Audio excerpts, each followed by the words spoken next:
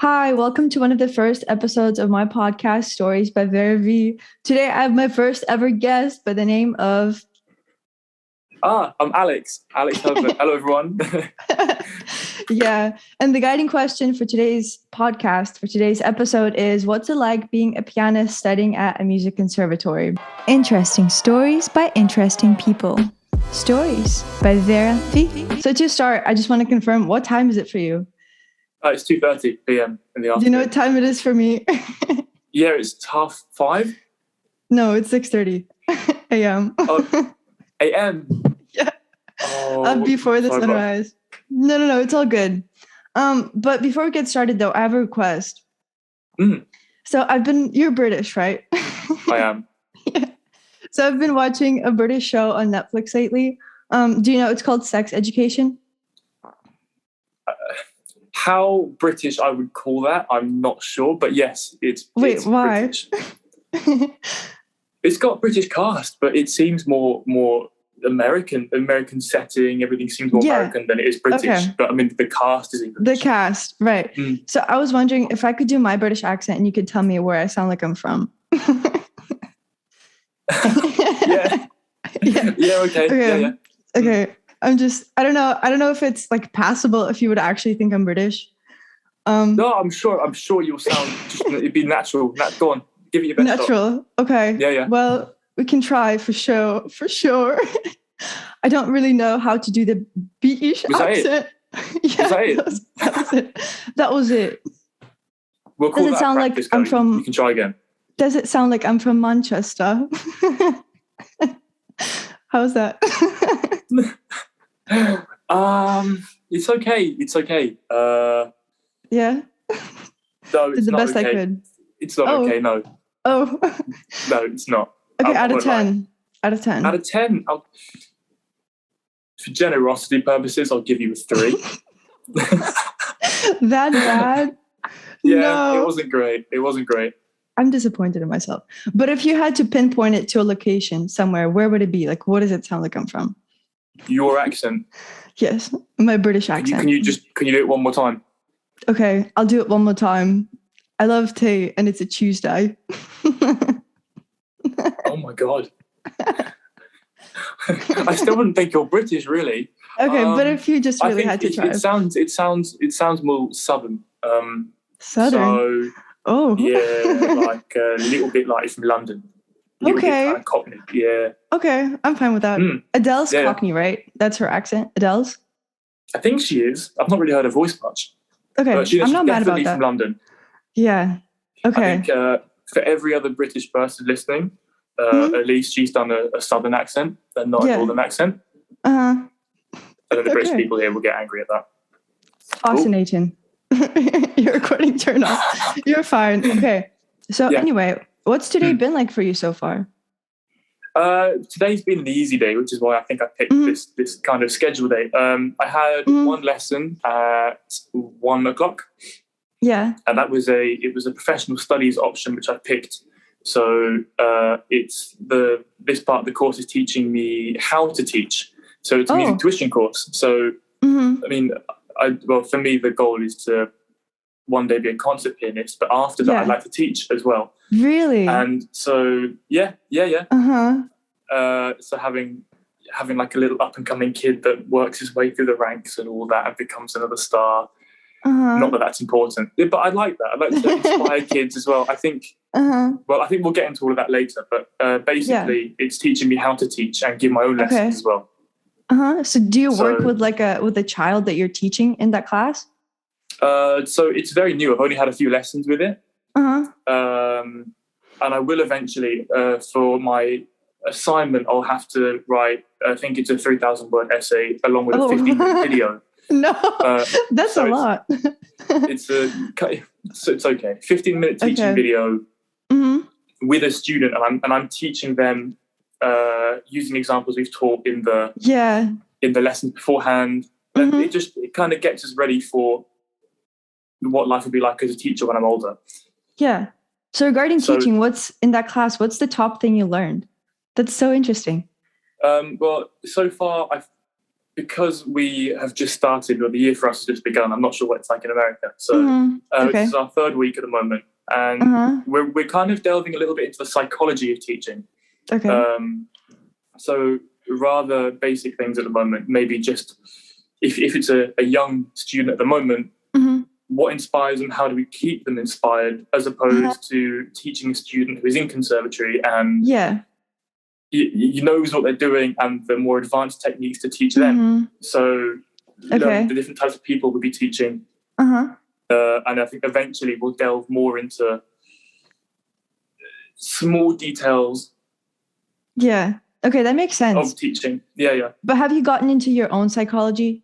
I know that's a weirdly formulated question, but... A little bit. What do you mean exactly my own psychology? Do you mean the way I teach? No. So you said that in this, I guess, portion of the class that you're in so far, you've been talking about what inspires students and whatnot. What inspires you to continue playing?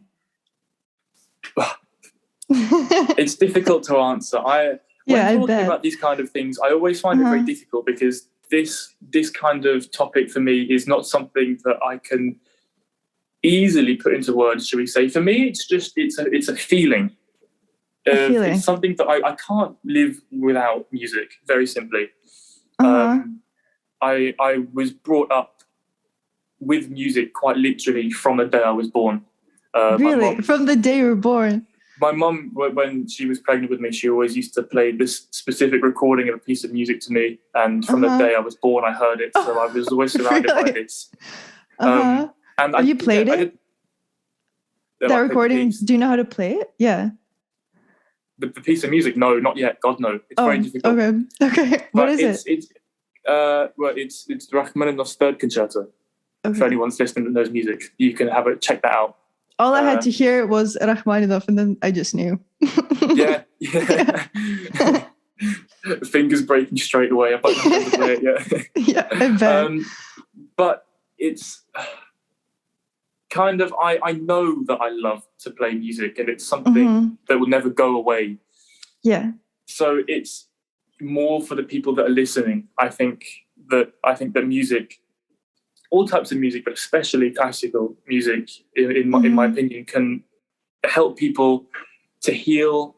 It can help people to have moments of not meditation, but to reflect upon their life, to relax, to be happy, to cry. It brings up all these emotions. And I think I'm very blessed and lucky to be able to study and help these people have these emotions and feelings and experiences, because it really is just that magical and that good. I think it's such a shame that the classical music has the stereotype of being upper class, snobby, because it's really not. It's really, really not. There is so much to explore, and there's so much to learn and discover. And from my studies, I've kind of branched a little bit into jazz. I'm meeting people on different courses as well that don't study classical music, people that sing. People that play trumpet, people that play drums, guitar, some of my best friends are in a band, as well as just classical music. You meet so many great people. And I'd like to be able to show people that it's not so bad. So before every performance of yours, is that something you think about, and you channel yourself into? I try to. I struggle very much with nerves. I'm an awful person with stage fright, really, really, really badly. I used to sing in a choir as well, and before competitions with the choir, I remember telling my teacher or my choir director, I can't do this. I'm going to be sick just before we go on stage. We're getting ready to line up, and I'm there sir, I need to go. And these were live competitions. You had all the cameras, and the cameras were getting to me, and the lights and stuff. And I was like, I can't do it. Push me on stage, because the way we went on stage, I'm a bass baritone. So the way we walked on stage is the basses walk on first, followed by tenor, alto, then soprano. So we're the first people to walk on as well. So it was very, very nerve-wracking. But before I play, I like to think of the other people. I like to think about who I'm doing it for as well. My mum plays a huge part in why I play. So I think about that. And I'll never forget one thing that I always remember before concerts is that I was giving a concert once, and I played. It was one of my first concerts I played at school, and I played Rachmaninoff's Elegy. Oh. If you haven't already figured out, everyone listening, I love Rachmaninoff. He's a favorite of mine. And I had someone come up to me afterwards. It was a little girl, and she said that she was so inspired by what she was listening to, and she loved it so much that she started to draw a picture. Oh. Because it just got her mind flowing. She drew this picture, and she said it made her think of so many different things, and she loved it so much, and it really inspired her. So for me, that was proof, because I love to tell a story when I play. I have my own personal stories in my head when I play of what the music means to me. Yeah. And I think it creates infinite other stories for all the other people that listen. Oh, for sure. And I think it's so that kind of keeps me going. That's incredible. If I can tell a story, I believe that other people can just sit and reflect and have their own stories as well. And it's if I play the piece well, then it's usually good. I love that approach. But what's I guess, okay, there's no right way of asking this, but what's the worst that you've ever played when performing? Can you pinpoint a specific moment? Yeah, I played a concert. There was there must have been 500, 600 people. Oh my gosh. And I was on stage. It was early in the morning, so obviously being a night out, I was not on top of my game that morning. I was, and I had a memory lapse. Oh no! And instead of playing forwards, I played backwards and found a way. So you have a piece of music, and they always say, "Don't stop and go back to the bit that you kind of." You have to continue. Right? You have to continue. Yeah. I do that now, but back then I didn't. So, for dramatic effect, I managed to find kind of improvise my way to a cliffhanger. Okay. That kind of made sense. And thought, like, am I allowed to swear? Sure, no? Go ahead. It's okay. I'll bleep it out. So it's thinking, okay, you bleep it out. And I thought, holy shit. And I managed to work my way back to the section that I was on. So I didn't go back a few bars. I managed to improvise my way back, like maybe a couple of pages. I just played the whole thing again and then worked my way. And I called mum afterwards and I said, oh my God, I was almost nearly in tears. I ruined the performance. Oh, it's terrible. But no one really noticed though. I was able to kind of, you play. I've had a memory lapse. Oh my God. Change the chord, change the harmony, cliffhanger. I go straight back to the section that I was on and begin all over again. That's really funny. It wasn't funny in the moment, I'll tell you that. I bet. No, I was really in tears to mum afterwards. I was like, how could I play doing this? Being this kind of pianist, it was awful. Yeah, wasn't great, but it happens. It happens a lot. What do you think the memory lapse was related to? Just because you haven't learned the piece enough? Oh. The way I learned, yeah. Wait, how long was the piece? Only 5 minutes, 5-6 minutes. Okay.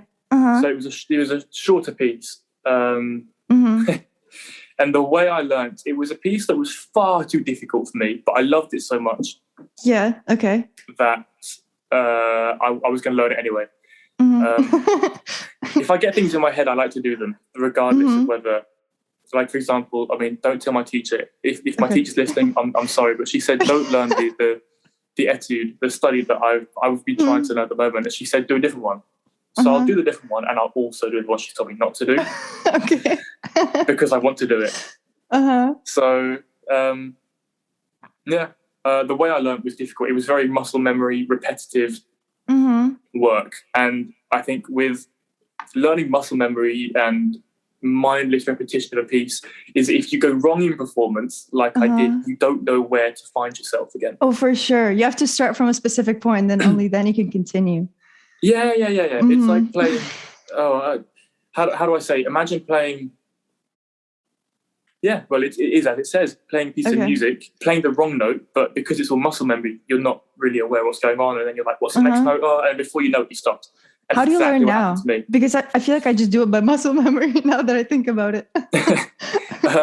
Well, I'd say I'm in the process of switching up how I learn. Learning new techniques that aren't necessarily learning notes of a piece, but rather the sounds of the piece instead. To say in short, if you were to play a major third in C major, it's the same as a major third in F major. Yeah. So being able to learn this way and hear everything before you play it and go, you have da da da da da, know the semitones in between, and then play it in a different key.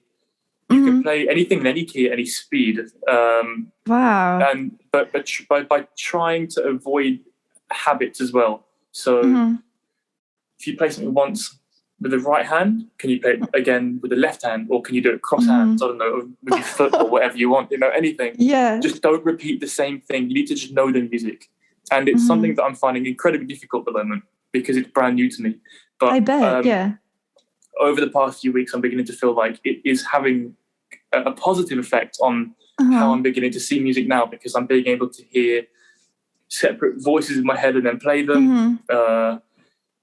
My pitch is getting better as well. I was talking to my friend earlier and giving him pitches to learn in intervals. I can do all that. I can give you a C sharp or a G sharp or an E flat.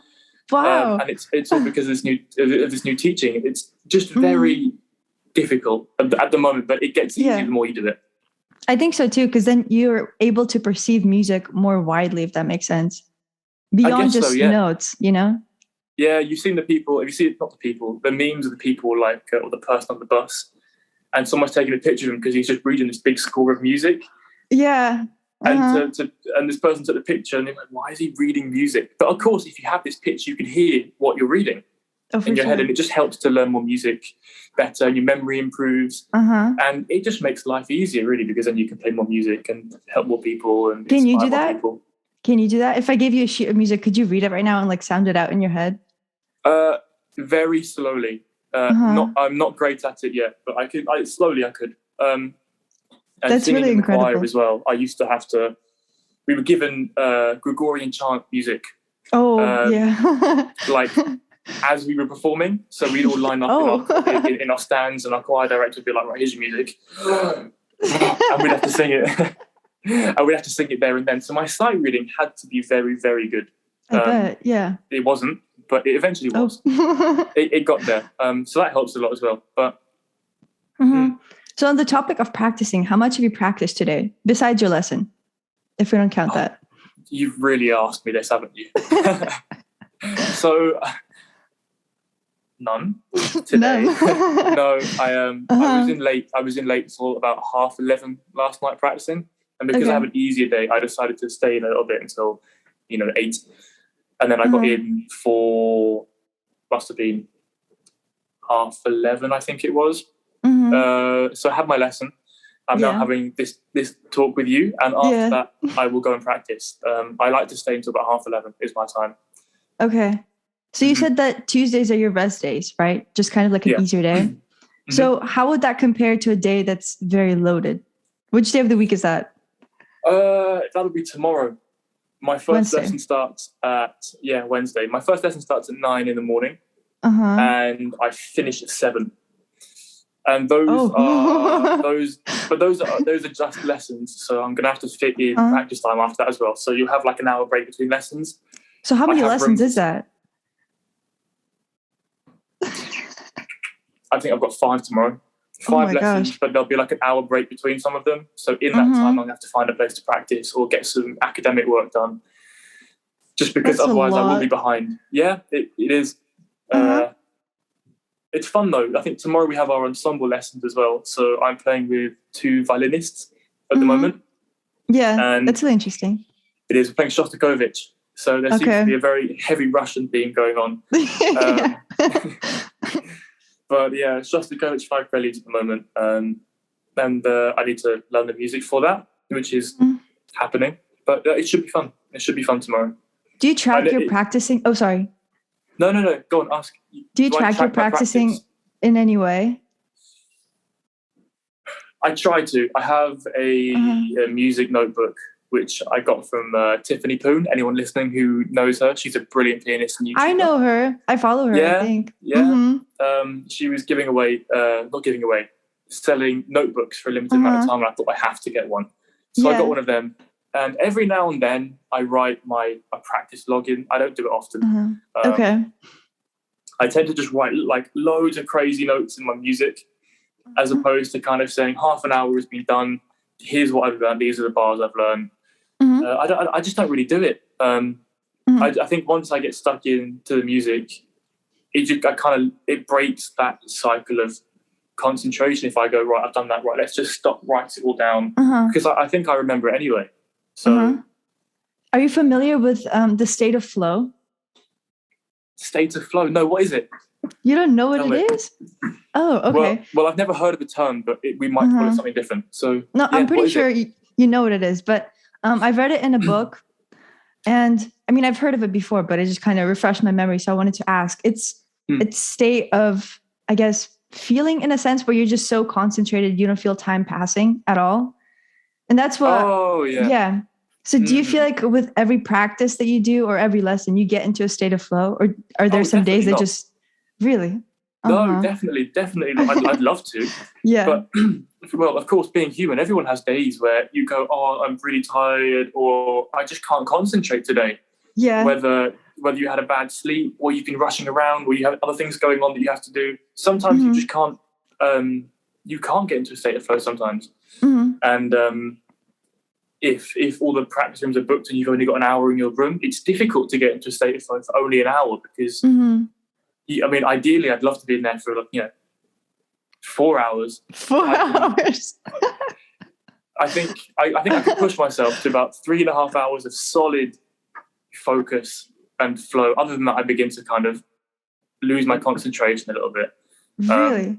Do you feel like you've built that up over time? Oh, definitely. Okay, so what'd you start with? Just. I built it up over the summer properly. Well, I've been building it up for a while, but actively trying to build it up was this summer. So because I had so much free time, I went right back to half an hour. So you wake up and you do half an hour, but I said to myself, in this half an hour, I'm going to accomplish this, and I stopped. After half an hour, you stand up, you have a break, you have lunch, go play with your dog, or go in the garden or anything like that. Yeah. And then an hour later, you come back and you do another half an hour. And I do that maybe 4 times in a day, and I've done 2 hours. And it flies past, and then you build it up to an hour, and then you build it up to 2 hours. And the more you do it, the easier it gets. And that really is true. And eventually, you don't even notice, and the timer goes, and you go, oh, I actually kind of want to stay here for a bit longer. And so you do. That's really interesting. Yeah, that's a good strategy. You just lose yourself in it, really. I think that's one of the most important things to do. Just, play something you love and get lost in it. Just discover so many new things, different rhythms that you've never come across, or different harmonies or ways of playing, or, how the hell am I going to play that? That's so quick. And then figuring out, splitting it into chunks, problem solving, a bit of logic here and there. It's great. Just discover new things. And then mum always told me, I remember I was learning Liszt's Liebesstrom 3 a couple of years ago. And I said to Mum, I can't play this cadenza. It's so difficult. And she went, it's only difficult until you can do it. And then once you do it, it's not difficult. So I went, right, okay, I'm going to split this cadenza into chunks. So I'm going to split it into 8 notes, 8 notes, 8 notes. And I'll learn these 8 notes. And then I'll learn the next one. And then I'll put them together. And then 8 to 12, put that together. And I went, Mum, I can play it. Look at this. And so it really is difficult until it's not. And then once it's not difficult anymore, you feel like such a better pianist. You feel like, oh my God, I've really accomplished this. Something that seemed so far away is within my grasp, and I can really do it. It's brilliant feeling. I think that humans always. Oh, go ahead. Go on. No, go ahead. I was going to say, I think that humans always need something to be aspiring towards. I think if someone isn't constantly trying to do something to improve themselves, they just can't. For me, it seems like you're then just kind of floating without a real purpose. I think humans need to feel constant achievement and discovery and learning and growing. Yeah. I'm not talking about music. I'm talking about life in general. Maybe you're learning a new language or you're discovering something else about you. You always need to be learning something new.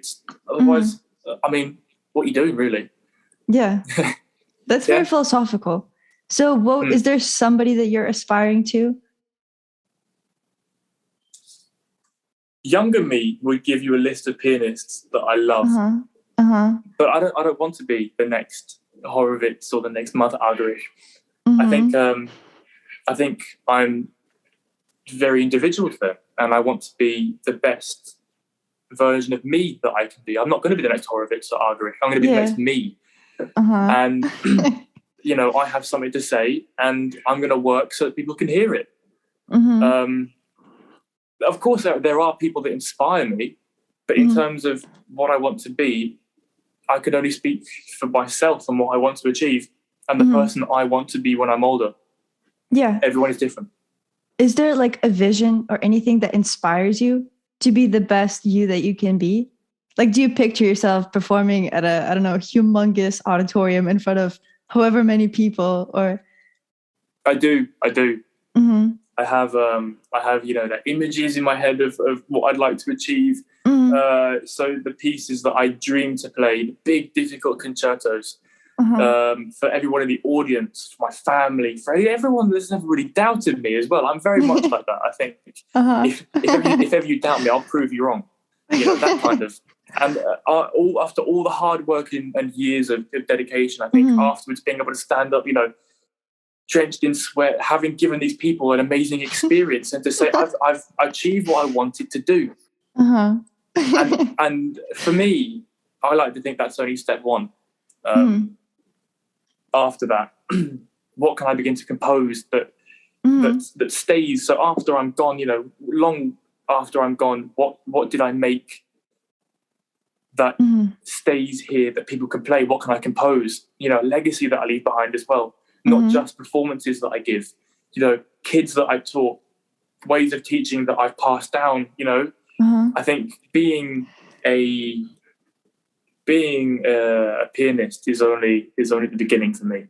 Have you started composing? Have you started composing anything yet? I've written a few pieces, not in a long time. I feel like I'm in a bit of a writer's block at the moment. I don't feel like, well, let's put it this way.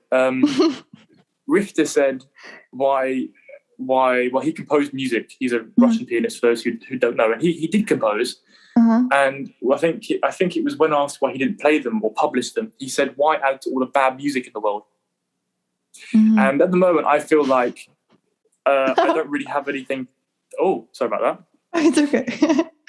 I don't really feel like I have anything to add just yet in terms of composing. I think my playing is my center focus. The composing will come with time. It's not something I'm really worried about. I'll study it, and then one day something will happen maybe, and I'll just sit down and I'll just start writing. I'm not going to try and force anything to happen. I think, you know, I just kind of let it happen as it comes. I like that approach. But back to practicing, I just got to ask, how many hours do you feel like you're logging in weekly? I'm logging in weekly. I've never really thought about this. So usually I'm in 10:30. If I haven't got lessons at 9, I'll be in at about 10:30 on average. And I leave about 11:30. And in that, I will be in about 6 hours in a room.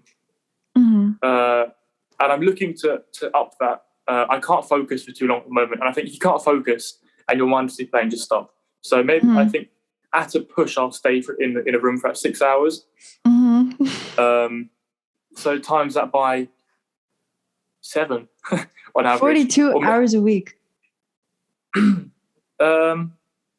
I'd say so. Maybe a little bit less than that, because here and there, you know, you can't. But at the moment, yes, roughly. That's a lot. It's not enough. Not enough. Yeah, it should increase. I mean, but I like to do it, so it's not a chore. So when you, No, after you. Okay. So regarding practicing, you mentioned that sometimes your focus kind of strays away. Is there a technique or anything that helps you get back to it? I don't think so, no. No. When it goes like, well, maybe I'll go and like fill my water bottle up or go and get a sandwich or a cup of tea. Being the Englishman that I am. Englishman. But no, not really. I think my mind can only focus for so long, and just slowly build it up. Otherwise, you'll end up just becoming really tired and burnt out, and it's not nice. Have you dealt with burnout before? I have, and I had to take a break. When was the last time? When was last year? last year, just overworking myself. Just crazy amounts, really, overworking myself to a point where my body couldn't handle, not enough rest, and eventually I needed a break, because it wasn't really enjoyable. You know, you're always kind of sluggishly walking around to your next lesson, and then you're like, oh, I've got to play, let me just focus, right, okay. And it's not nice to be in that kind of space. So I bet. You know the thing about Elon Musk? No? What did he say or do? It's not the thing, but I always kind of think about that. When he was, I don't know for how many years, like probably 10, when he was just developing all of his projects, he would sleep for 4 hours a day. He would get up, he would work, and then he would like roll under his table and go to sleep. And I was thinking about it, and I can't imagine how, you know? Well, I think some people are just like that, really. They're just absolute monsters as a compliment. I know some famous pianists that only sleep for about 4 hours as well, and for them it's enough. And then they get up and start working again. I personally can't do that. I think I need about 10 hours minimum to function normally. But I envy them a lot. Oh yeah, I'd love a good 10 hours sleep. I've not had that in a long time. Please, please. Wow. How do you also feel? Oh, sorry. Go ahead. No. Okay. And then also, I always think about Michael Phelps. Do you know about the story, I guess, with him? I don't know. Really? What did he do? Okay. What did he do? I mean, I think he swims, doesn't he? He does. What is he? Yeah, I think he's working on that, right? Yeah. He seems to just be starting right. out. Yeah. Just starting out. Yeah, he's all right. Okay. So what did he do? When he was preparing for the Olympics, because he set himself a goal of winning the most amount of medals, right? He was training 3 times a day for 3 years without ever taking a break. Like, it doesn't matter if he had a fever or whatnot. And I just think about that no excuse mindset. And I'm like, honestly, so inspired, but I don't know if I could ever execute it for 3 years, you know? Oh, well, no one said it was ever easy. Of course it's not easy. I have a friend, actually. He's a swimmer, and he swims in the Great Britain team. Oh, really? So he's hoping to go to the Olympics as well. He's a good friend of mine. And he missed training because he was ill. And he used to wake up in the morning at 6. He would train, he'd have lunch, he'd train again. Then he'd do his schoolwork, and then he'd have dinner and he'd train again. So he did what Michael Phelps does. Yeah. And he told me that if for him, if he misses one day, he goes two days back. I've heard of that. Yeah. So he can't miss a day because otherwise he loses 2 days of work. Momentum. Yeah. And I think for him getting into a routine was good as well. But I think, what he says is true. If you miss a day, then it's a day wasted. It's a day where you've not practiced and your body doesn't get used to it anymore. And so you have to kind of reset again. Yeah. And it just takes longer and longer. You have to really keep knuckling down and going at it. Isn't there a quote for piano, or not piano specifically, but music practice? It's like, if I don't practice for 1 day, I hear. If I don't practice for 2 days, my wife hears, or like my family hears. And if I don't practice for 3 days, my teacher hears. Or maybe it's like a week. Have you heard of that? No. Oh, okay. I mean, I know that if I don't practice for 3 days, my teacher will know. I know that much. But no, other than that, I've not heard of the. No. I don't really think that we have. Well, I'm sure we do, but not to my knowledge anyway. Any quotes that are similar to that. Just keep chipping away. I think any progress is progress. If you've got a busy day or you can't focus and you only do an hour, that's an hour more than you would have done if you didn't practice. I think so. Any little bit you can do will, inch you a little bit closer to your final destination. Great film. That's a really good approach. I really like it. Yeah, I think you have to be with anything. You can't really half-ass anything. Otherwise, I don't think you'll get there. And especially in terms of music, the industry and the standards that people expect of you are so high. Because I feel like heights of pianism are reached 100 years ago, but for some reason it's still getting higher. And you have prodigies now that are learning absolutely everything in a week, and they can play anything in their hands like lightning, and they play with orchestras, and their memory is incredible. So you have to work. You have to work that hard because everyone is incredible these days. So how do you differ yourself? You have to put that extra work in. I won't lie. It is. I do think it's one of the most difficult things in the world to do. But the reward for the work you put in is also one of the best things. It's two extremes. You could go a very simple route, not work hard and not achieve much, or you could have, really tough academic work, really push yourself as a person, followed by extreme rewards and everything you want in life. And that sounds a lot more exciting to me than the standard follow one route, same as everyone else. If you have a dream, never too late. You're not going to be a certain age to do something, or people tell you you're too old to do this. It's bullshit, really. I love this at any age. I love this pep talk because for me it's still the morning, so I'm like getting ready for the day with this. I'm motivating you. Yeah, the sun's coming up. This is brilliant. You finish this, you'll be feeling like right. Another one of you runs in the morning. Yeah. But regarding the environment at Leeds Conservatory, do you feel like it is very growth stimulating? Yes. Yeah. I do. On average, I'm going to say yes. I think, of course, it depends on the individual and their needs. But as a whole, Leeds Conservatoire, especially compared to other conservatoires, they try to be very diverse, very encouraging of everyone else, really supportive. Yeah. And they actively do it, and it does help. Some people need to feel really encouraged. They need loads of people around them to help them. This place offers that, and this place has that.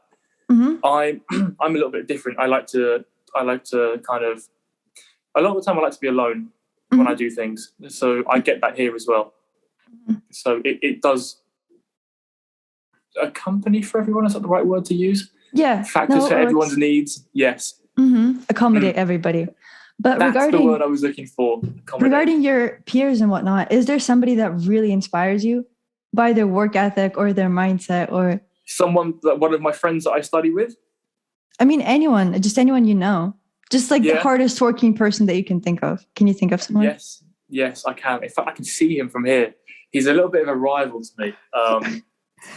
Wait, he's who? on. You don't have to name names, but is he like in your class? He's not in my class, no, he's in the year below me, but we joined at the same year and he did foundation. He's a little bit of a rival to me in the sense, but he's also quite good. Well, we're not good, but we're trying to work hard to be, much better. And he pushes me to do that. So if I'm late into Conservatoire, he'll be like, "Where are you? Why are you late?" Or he'll tell me, "I've done 3 hours today. How many have you done?" And I go, "Well, if that's the case, I've got to do more than you." So I'm a very competitive person. And so I like a healthy competition is what it is. And he inspires me because I know that he's working hard. And so I have to do the same as well, because otherwise, quite frankly, he deserves what I want more than me. And I can't allow that to happen. That's really interesting. That's just competition going on. Yeah. Like a good amount of competition. A good amount, yeah. Nothing unhealthy. No. Okay. Have you watched the movie Whiplash? I love it. I love the movie Whiplash. Yeah. Do you feel like that, just because that's an example with the drummer, right? So do you feel like that is something that could happen in the music conservatory environment? Someone really pushing themselves to an unhealthy kind of standard to really achieve what they want. Yeah, I reckon I do that. I've already kind of made that pact with myself. I am very much willing to go over the edge to achieve what I want. I've made that pact with myself already. I'm struggling to make it happen. My organisation skills aren't great, but I am slowly but surely getting there, and I will. And I will get there, and I will push myself incredibly hard to reach the top. But for Whiplash, there's a teacher, like the drum teacher. He's very intense, for lack of a better word. So do you That's a little bit of an understatement. No, for sure. I just don't know what other word to use. I call him violent, if anything. Yeah. But are there any, if you just take away all of the direct violations of ethics in his teaching and just keep the intensity, is there a professor or a music teacher you can think of that is as intense? No, but I'd like to meet him if there is one. Really? Yeah, I feel like I don't need someone that is going to hold my hand while I do it. I need someone that is quite strict. And I like that because they're not afraid to push me, and they'll say, what you're doing is wrong, very simply wrong. Again, come on, I know you can do it, but it'll push me hard to get there. I think I need that. So like a stricter way of teaching. I think for younger kids, I think you need someone inspiring. I think if you want to study music and you're at conservatory level and you really want to be pushed, I think you need someone that's going to push you. Because it forces you to get into a mindset, not of panic, but of extreme kind of, it's a little bit stressful. And it is, you have to work to impress your teacher, otherwise you're going to be in trouble kind of thing. And that really it does push you. Yeah, that's it. Do you have a specific goal that you refer to when thinking about being pushed and whatnot? Because like for me, I want to hold the biggest concert in the world. Like I know it's a goal that's really far away. Yeah, I know probably, this. Yeah. But I feel like it just kind of helps keep me focused. As far away as it is, I think it's plausible, and I could set certain steps to achieve it. So do you have anything like that? Yeah, I do. I said I mentioned earlier with playing the pieces that I want to play before I play my own pieces. In front of a huge audience, knowing that for myself, for the people listening, for my family, it's being able to stand up after I've played, really, taking all the applause, knowing everyone is so proud of me, that I've really done something really good with my life. Do you have the specifics of that figured out? Like the place where it's going to be, how many people exactly, what date is it going to be on? Yeah, that's what I wonder. Have I? No, not the place yet. I think. Should we say the Royal Albert Hall?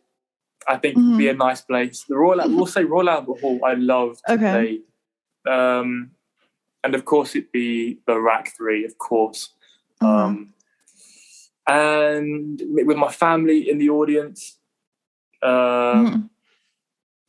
That's it, really. Okay. Yeah, I've not thought too much about it. I know. I have the image in my head. I can see it. Yeah. Yeah. Do you ever visualize or use, visualization techniques? In my practice? Sure. Yeah. Or just throughout your life, but especially for music. I do. Yeah. So if I know what a piece of music looks like, I can see it in my head. Helps it to memorize, if that's what you're asking. Yeah. Yeah. What about in regards to your goal? Like, do you ever visualize yourself playing those pieces in front of? Yeah. 100%. Yeah. When I listen to the music as well, it gets to a certain point that I like in the piece, and maybe I've watched the piece of music so many times that I know what the hands look like. I know what he's doing. I can imagine myself sitting there, and I can imagine the conductor conducting with the audience looking, the nervous audience going, it's a really difficult bit coming up, and I'm there, kind of complete focus, up and down the piano kind of thing. Yeah, I can visualize all of that. Okay. But speaking of concerts and performances, you attend a lot, obviously, or you have in the past, right? Not a lot, no. Or like I'm some? Going to some, yeah. Have you watched any really good pianists play? Yes, the Leeds competition, the Leeds International Piano Competition was on a few weeks ago, and I went to a few performances of the second round. Some people drew me in from the very, very first note. There was a woman who played in the competition, and very sadly she didn't get through to the final. And I think she played Schumann, and from her very first note, I was instantly like, oh my God. Really drew me in. There was none of the whole crazy, lang crazy expressions, facial, contortions or whatnot. And she just played so beautifully. I absolutely loved it. And I went to the finals as well. And there was people who played Beethoven concertos, played the Rachmaninoff theme one, Paganini.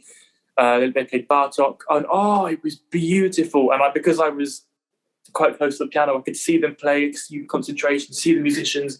Loved it. Brilliant. Absolutely brilliant. I've forgotten the question that you asked me. What did you ask me? Well, on the bad, because that's the good side of a performance, right? But on the more negative side, rather, Do you ever hear when people are just off? Like, how often do you hear that? Yeah. I'm not going to name any names, but it was... No, don't. No, of course not. But it was the finals of the competition. Mm-hmm. And for me, it was very noticeable, the people that were really in the zone and the people that were not in the zone. Because I think for anyone listening who doesn't play the piano, I can't explain why, but you really can make the piano sing, and you can play a chord or a note, and you can almost see the note fly out the piano and reach every corner of the room.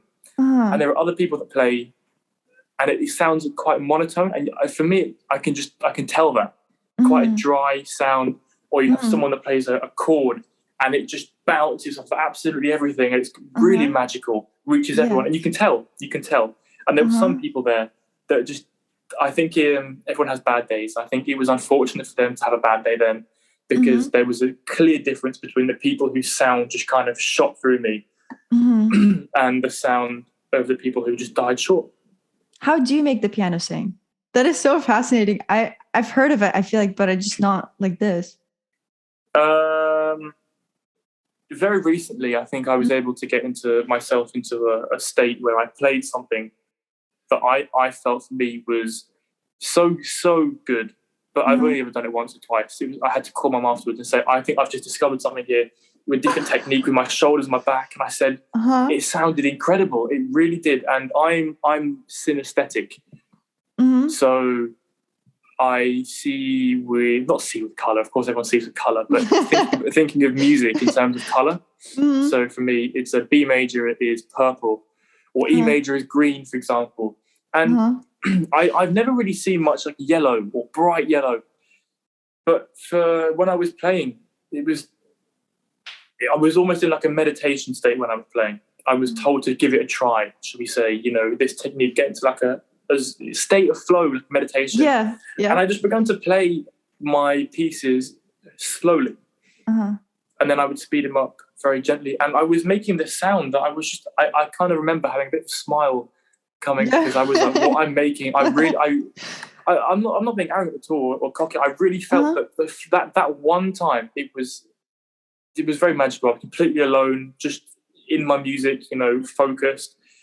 And it really was brilliant. And I was beginning to see, yellow, maybe a little bit of gold with my music, as opposed to seeing, blue, green, red. I've not seen much yellow. And for me, I think I associate yellow with like a light. Yellow is like a bright light. It's a very kind and easy colour. It's very easy going. It's like there are no stresses, no pressure. It's the way I see it anyway. And I just felt like I was able to reach that once. Doesn't always happen, of course. No, there are times where I play and it just sounds like I'm just smacking the keyboard. But I am working on that. And it does make a difference. And it's a great feeling afterwards. Just to be able to play a note and feel that it goes each corner of the room, it shoots through you. It's like a very pure sound. And it is possible. I mean, of course, technically speaking, the only thing that matters is the speed that you play the note. But or press the key down rather. But there is an unspoken magic to playing that you can really bring out with time and effort and energy. And I don't know how it works, but it does work.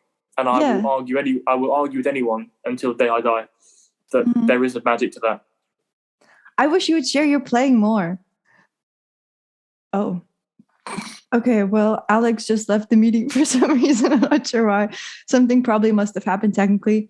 But personally, I found that description to be absolutely fantastic and so beautiful. Very enticing, for sure. So what I was saying, I was cut off, is that I wish he would share his playing more on his Instagram or just wherever, because I'm so ready to listen. Anyway, that is the end of the first guest episode. I really hope that you enjoyed listening. Thank you so much, Alex, for coming. I would tell this to you in person, like over Zoom, but you're not in the meeting. So anyway, I really do appreciate it. Thank you so much. And I hope everybody has a wonderful rest of their day. Bye.